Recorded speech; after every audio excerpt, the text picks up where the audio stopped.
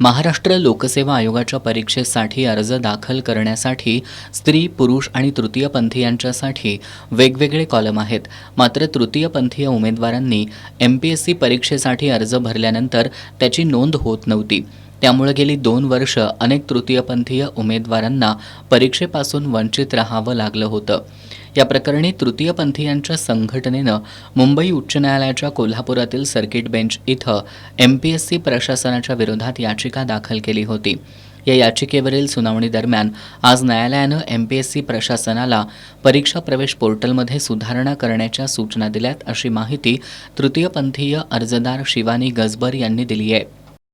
सध्या आपण आपल्या कोल्हापूरचे सर्किट बेंच जे झालेलं आहे हायकोर्टाचं, तिथं आपण तृतीयपंथी घटकांसाठी MPSC महाराष्ट्र लोकसेवा आयोग याच्या विरोधात रिट पिटिशन घातली होती. काल आपण कोर्टानं अर्जंट बेसिसवर आजचे हिअरिंग घेऊन असं सांगितलं की MPSCच्या वेबसाईटवरती आतापर्यंत तृतीयपंथी पर्याय सिलेक्ट केल्यानंतर त्यामध्ये प्रोफाईल लॉक होत नव्हती.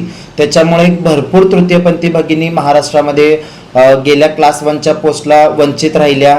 गेली 2 वर्ष झाला हा प्रकार चालू होता. MPSCला वेळोवेळी आम्ही पत्र लिहिले, मेल लिहिले, कॉल केले, स्वतः मी तिथे जाऊन MPSCच्या सेक्रेटरींना भेटले, तरीसुद्धा त्यांनी कोणताही पॉझिटिव्ह रिस्पॉन्स दिला नाही. त्याच्यामुळे आम्हाला शेवटी न्याय मागण्यासाठी आज न्यायालयाच्या दारात जावं लागलं आणि आपले वकील अमित साळे सर आहेत जे मुंबईला असतात, त्यांनी आपले केस लढली आणि आज कोर्टाने खरंच यातून एक पॉझिटिव्ह निकाल देत तृतीयपंथी घटकांना इथून पुढे अशा प्रकारची गैरसोय होऊ नये यासाठी MPSCने याची दक्षता घ्यावी आणि येणाऱ्या सर्व पदभरतीमध्ये आपले वेबसाईट सुधारून आवश्यक त्या सुधारणा करून पुन्हा तृतीयपंथी घटकांना हा पर्याय उपलब्ध करून द्यावा आणि त्यांना समाजाच्या मुख्य प्रवाहात येण्यासाठी आणि सक्षम अधिकारी बनण्यासाठी सर्वतोपरी मदत करण्याचे प्रशासनाला आज कोर्टानं आदेश दिलेले आहेत.